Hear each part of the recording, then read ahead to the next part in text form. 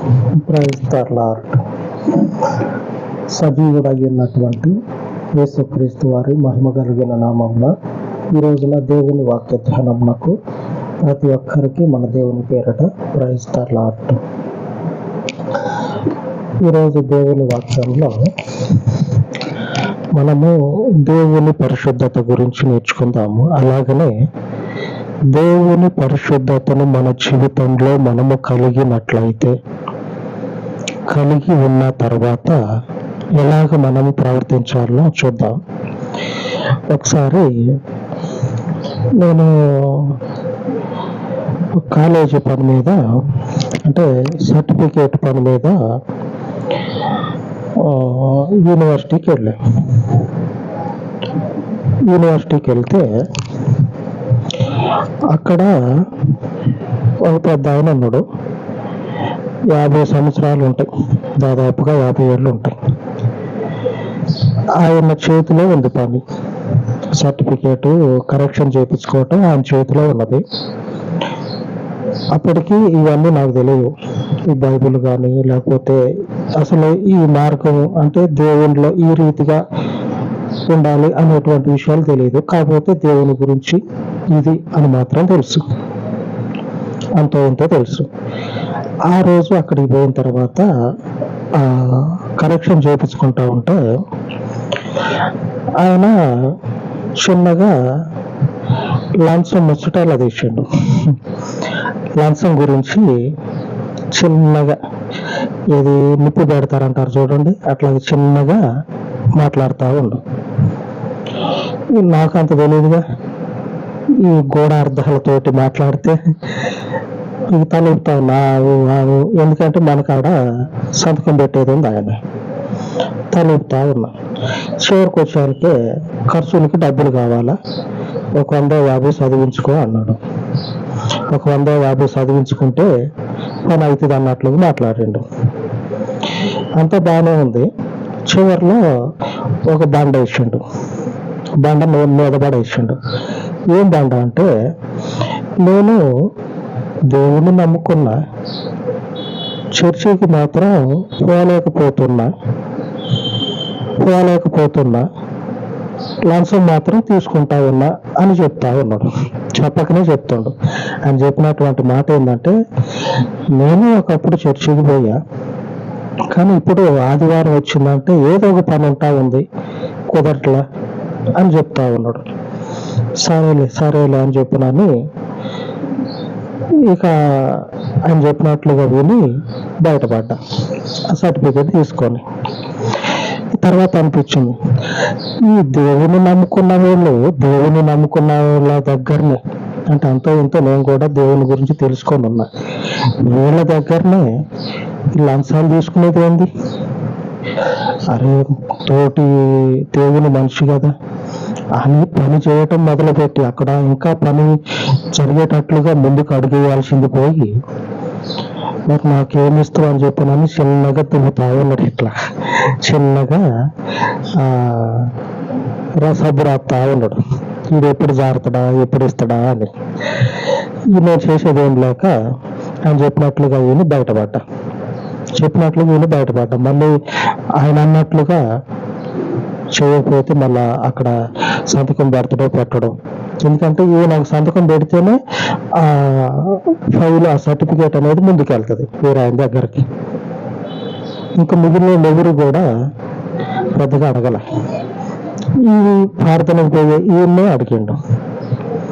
ఇవేం చేస్తాం, ఇవి చేసి వచ్చినాం. సమూయేలు ప్రవక్త నిలబడి మాట్లాడుతూ ఉన్నాడు దేవుని ప్రజలతోటి. ఏమనంటే 12వ అధ్యాయము 3వ వచనము, మొదటి సమూయేలు గ్రంథము 12వ అధ్యాయము 3వ వచనం. ఇదిగో నేనున్నాను, నేను అవని ఎద్దునైనా తీసుకుంటున్నా, ఎవని గార్ధబొమ్మనైనా పట్టుకొంటినా, ఎవనికైనా అన్యాయము చేసితినా, ఎవనినైనా బాధ పెట్టితినా, న్యాయము నాకు అగపడకుండా ఎవని యొద్దనైనా లంచము పుచ్చుకొంటినా, అలాగూ చేసిన ఎడల యెహోవా సన్నిధిని ఆయన అభిషేకము చేయించిన వాని ఎదుటను వాడు నా మీద సాక్ష్యము పలుకవలను. అప్పుడు నేను నీ ఎదుట దానిని మరలా నిత్తుననెను. ఈ వచనంలో ఎద్దునైనా ఎవని గారత బొమ్మ అంటే గాడిద చెప్తా ఉన్నాడు. సేవకుడు నిలబడి ధైర్యంగా మాట్లాడుతా ఉన్నాడు ప్రజలందరితోటి. మీలో నుంచి ఎవరైనా సరే వచ్చి నా ముందు నిలబడి అన్యాయంగా నా పాడి పశువుని నీవు లాక్కొన్నావు, అది కాకుండా లంచం తీసుకొని డబ్బులు తీసుకొని నువ్వేం చేసినావంటే కాని పనులు చేసినావు అని ఎవరైనా చెప్పగలిగితే నేను మరలా ఇస్తా దాన్ని, నేను మరలా తిరిగి దాన్ని ఇస్తా. అటువంటి మనుషుడు ఎవరైనా సరే ఉంటే నా ముందుకు వచ్చి మాట్లాడవచ్చు. ధైర్యంగా దేవుని మనుషుడు మాట్లాడుతా ఉన్నాడు. ఈ ధైర్యం ఈ రోజున దేవుని నమ్ముకున్నటువంటి వారికి నాకు తెలిసి ఉండకపోవచ్చు.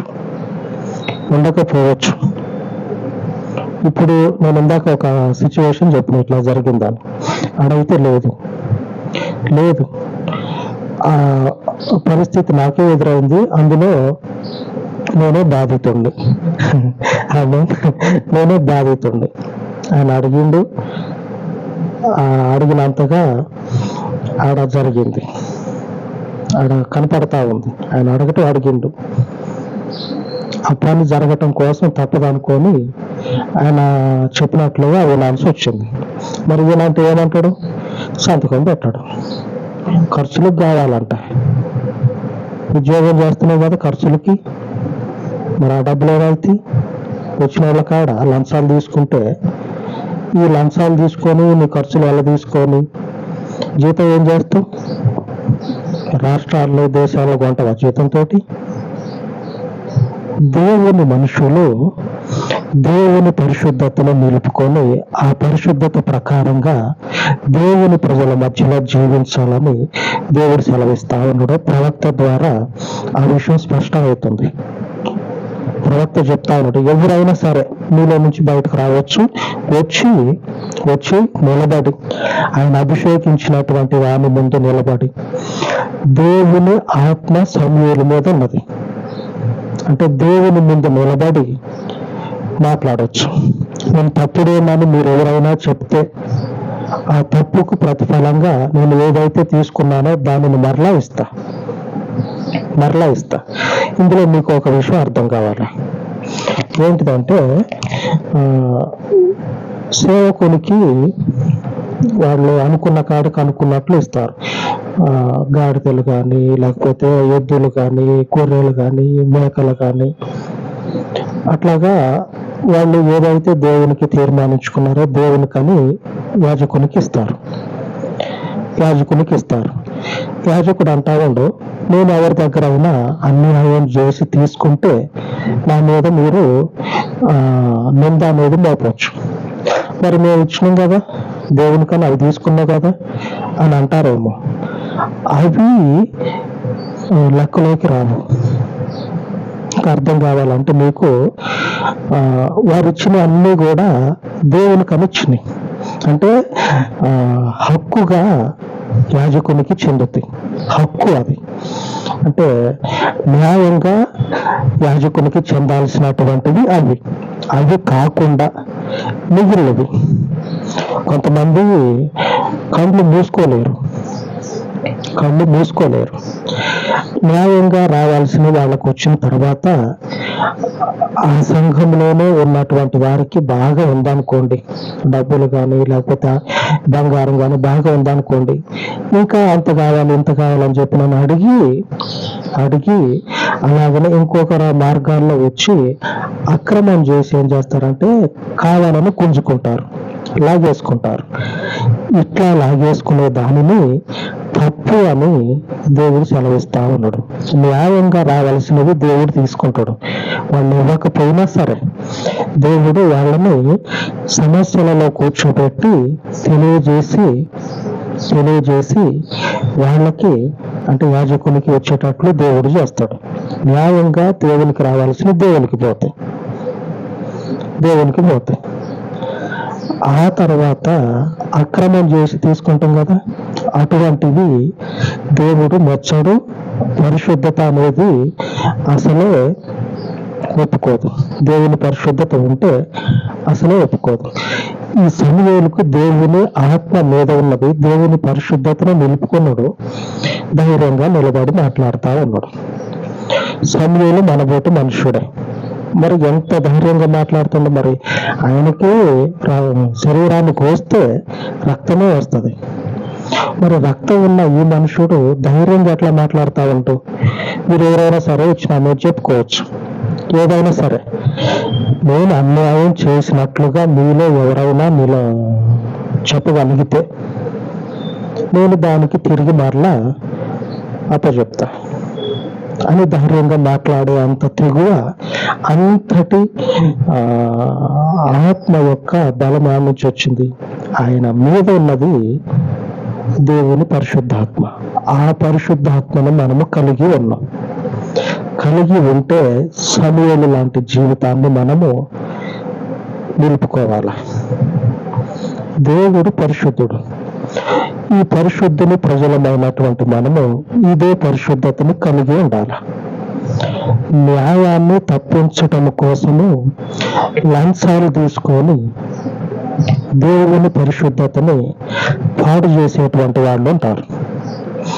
ఆ స్థితిని కలిగి ఉండొద్దు. దేవుని పరిశుద్ధతలు, అందులో దేవుని ప్రజలకి ఆ స్థితిని అసలే కలుగజేయొద్దు. అన్యాయము కలుగ చేద్దాం అనేటువంటి ఆలోచన దేవుని ప్రజలకు అసలే తలపెట్టవద్దు. అంటే అన్యులకు చేయమనే, అన్యులకు కూడా చేయమని కాదు. కాకపోతే ఏంటంటే దేవుని పవిత్రత మన మీద ఉన్నప్పుడు భయం కలిగి దేవుని ప్రజలతో మనం మసులుకోవాలి. అన్యుల దగ్గర కూడా ఇదే భయం ఉంటుంది. ఆమేన్. ఈరోజు దేవుడు మనకు వాగ్దానం చేస్తూ సెలవిస్తా ఉన్నాడు. ఏమనంటే 1 సమూయేలు గ్రంథంలో 2వ అధ్యాయము 2వ వచనం, యెహోవా వంటి పరిశుద్ధ దేవుడు ఒకడును లేడు, నీవు తప్ప మరి ఏ దేవుడునూ లేడు, మన దేవుని వంటి ఆశ్రయ దుర్గం ఏదియూ లేదు. ఈ వచనంలో మన ఈరోజు దేవుని వాగ్దానం ఏమిటంటే, ఇప్పటి వరకు మనం చెప్పుకున్నాం కదా, ఇప్పటి వరకు దేవుని పరిశుద్ధతని నిలుపుకొని సాటి దేవుని ప్రజల ఎడల, అలాగనే సాటి మనుషుల ఎడల, అన్య జనాంగమైనా సరే ఈ పరిశుద్ధతను కలిగి ఉండాలి. ఈ పరిశుద్ధతను మనము కలిగి ఉండాలి. ఎందుకంటే లేఖనం సెలవిస్తా ఉన్నది, యెహోవా వంటి పరిశుద్ధ దేవుడు ఒకడునూ లేడు. మన పరిశుద్ధత, మన ప్రవర్తన మిగిలినటువంటి వాళ్ళు చెప్పాలి. మిగిలినటువంటి వాళ్ళు సమూయేలు గురించి మనం చెప్పుకుంటా ఉన్నాం. ఈ సమూయేలు దేవుని పరిశుద్ధతను నిలుపుకొని ధైర్యంగా మాట్లాడుతూ ఉన్నాడు.